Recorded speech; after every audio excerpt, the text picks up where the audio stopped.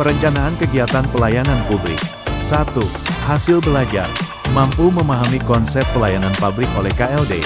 Merencanakan kegiatan pelayanan publik oleh KLD dan menyusun perencanaan kegiatan pelayanan publik oleh KLD melalui proses analisis dokumen perencanaan jangka menengah dan tahunan di masing-masing KLD. 2. Indikator. Menjelaskan konsep pelayanan publik yang dilakukan KLD, menjelaskan langkah-langkah teknis penyusunan kegiatan. Menyusun perencanaan kegiatan pelayanan publik. 3. Mengapa MPP-KPP ini penting? Pejabat pengawas harus memahami prosedur penganggaran yang baik dan relevan dengan tujuan nasional, KLD. Pejabat pengawas juga harus mampu menyusun perencanaan yang sesuai dengan perkembangan pemerintahan. 4. Materi.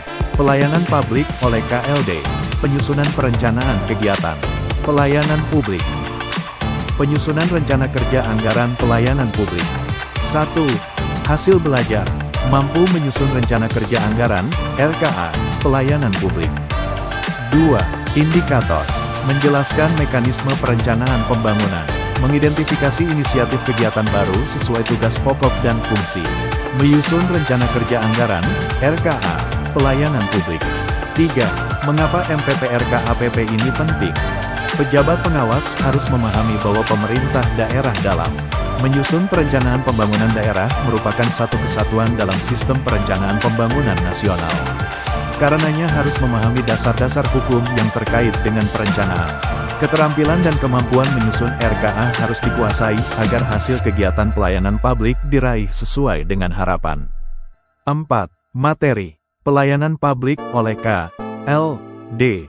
Perencanaan pembangunan nasional dan daerah. Mekanisme penyusunan APBN dan APBD.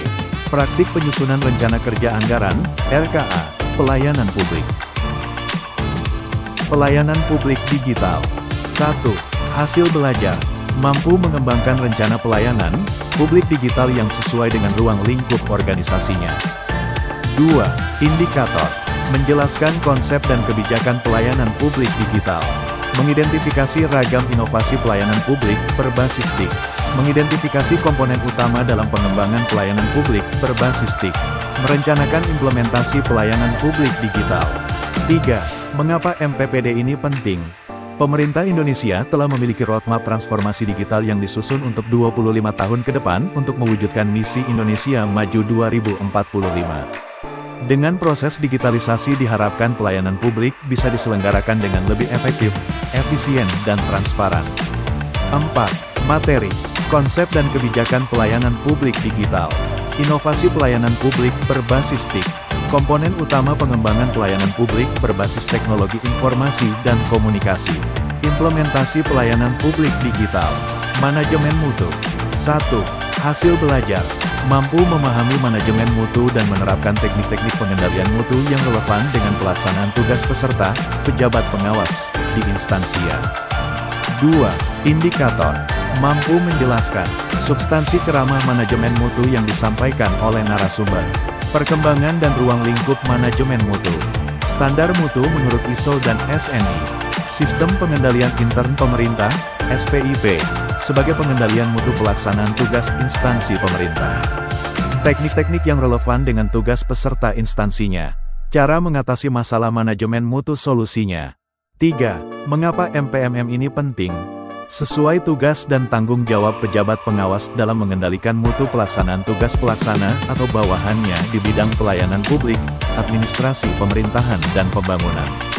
Pejabat pengawas mengelola mutu di lingkup tugasnya, sebagai pengendali pelaksanaan kegiatan yang dilakukan oleh pejabat pelaksana di bawahnya. Agar mutu pekerjaan, produk dan jasa yang dihasilkan sesuai yang ditargetkan. 4. Materi. Perkembangan dan ruang lingkup manajemen mutu. Standar mutu ISO dan SNI. Sistem pengendalian internal pemerintah, SPIP, sebagai pengendalian mutu pelaksanaan tugas di instansi pemerintah. Teknik-teknik pengendalian, analisa permasalahan manajemen mutu dan solusinya. Manajemen pengawasan. 1. Hasil belajar.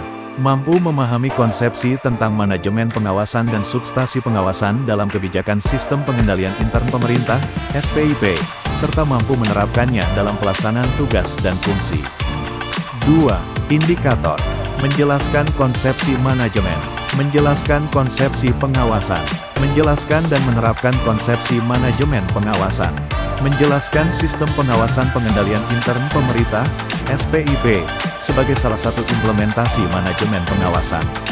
Aparat pengawas internal pemerintah, APIP, pemantauan hasil pengawasan, pembinaan dan pengawasan penyelenggaraan pemerintahan. 3. Mengapa MPMP ini penting? Untuk mencegah terjadinya maladministrasi atau penyalahgunaan wewenang atau kesalahan dalam melaksanakan tugas dan fungsinya dalam penyelenggaraan pemerintahan. 4. Materi, konsep manajemen, konsep pengawasan, manajemen pengawasan, sistem pengendalian intern pemerintah, SPIP, aparat pengawasan intern pemerintah, APIP. Pengendalian pelaksanaan kegiatan. 1. Hasil belajar, peserta diharapkan mampu melaksanakan dan menganalisis hasil monitoring pelaksanaan pekerjaan. 2. Indikator, menjelaskan konsep, tujuan Monev dalam pengendalian pelaksanaan pekerjaan. Menjelaskan indikator kinerja, proses kerja dan sifat pekerjaan. Menjelaskan teknik monitoring dan analisis hasil monitoring. Menjelaskan proses perencanaan, pelaksanaan dan pelaporan monitoring dan evaluasi. Menjelaskan aktivitas dan ketentuan berkaitan dengan tindak lanjut hasil monitoring dan evaluasi. 3. Mengapa MPPPK ini penting? Salah satu fungsi dalam manajemen organisasi adalah pengendalian yang di dalamnya terdapat aktivitas mengawasi, memantau, mengendalikan, dan mengevaluasi suatu kegiatan. Tanpa ada pengendalian yang baik, tujuan organisasi tidak dapat dipastikan ketercapaiannya. 4. Materi, konsep pengendalian, indikator dan jenis pekerjaan, metode Monev, proses Monev, tindak lanjut Monev,